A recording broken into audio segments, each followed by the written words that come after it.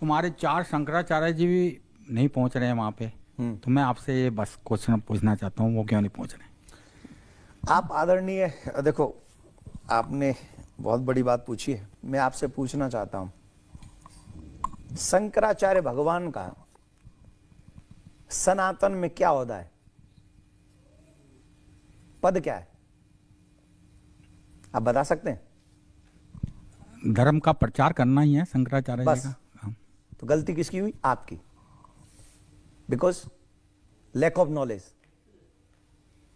शंकराचार्य भगवान जो हैं वो साधारण नहीं है, वो पद प्रतिष्ठा छोटी नहीं, मेरे जैसे कथावाचक नहीं है। वो धर्म का प्रचार करना मेरे जैसों का काम है कि हम लोग गए, इनके आगे लड़ाए, आपके आगे लड़ाए और फिर भी झंडा गाड़ आए। ये काम मेरा है, शंकराचार्य भगवान का नहीं है। शंकराचार्य भगवान जैसे क्रिश्चियनों में पॉप होते हैं ना, उनके पास एक पॉप और हमारे पास चार भगवान। शंकर शंकर साक्षात, शंकराचार्य साक्षात भगवान है, शंकर भगवान है। और चारों मठों पे इसलिए कि चारों कोने सनातनियों के इन धर्माचार्यों से पुष्ट रहे। तो जब इतना बड़ा उत्सव होगा और इतने लोग जाएंगे वहां, उनका वो मान सम्मान, वो प्रतिष्ठा मेरे दृष्टिकोण से वो उतनी नहीं हो पाएगी। उनकी अपनी मर्यादाएं हैं और उस मर्यादा को वहां फॉलोअप कर पाना बहुत टेढ़ी खीर होगा।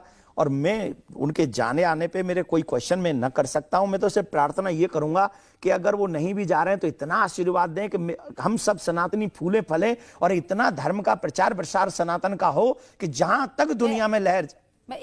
असल में शंकराचार्यों का ही योगदान है कि आज रामलला अपनी जगह पर बैठने के लिए वातावरण बना हुआ है। अगर शंकराचार्य ना होते तो यह नहीं हो सकता था बंधु। और कैसे नहीं हो सकता था, उसके दो कारण आपको बताते हैं जी। जो लोग ये कह रहे हैं कि हम राम को लाए, उन लोगों से पूछिए कि आज राम अगर वहां पर बैठने के लिए अवसर बन रहा है जी, तो ये कैसे बन रहा है? ये सड़क पर चिल्लाने से बन रहा है कि न्यायालय के फैसले से बन रहा है? तो आपको स्पष्ट हो जाएगा कि सड़क पर चिल्लाने से कुछ नहीं हुआ, लेकिन न्यायालय के निर्णय से हुआ। लेकिन महाराज जी उसमें कहा, एक अब आप नहीं सुनोगे, एक सेकंड, अब आप सुनोगे नहीं? नहीं मैं सुनूंगा, नहीं मैं सुनूंगा। आप क्यों सुनते नहीं हो?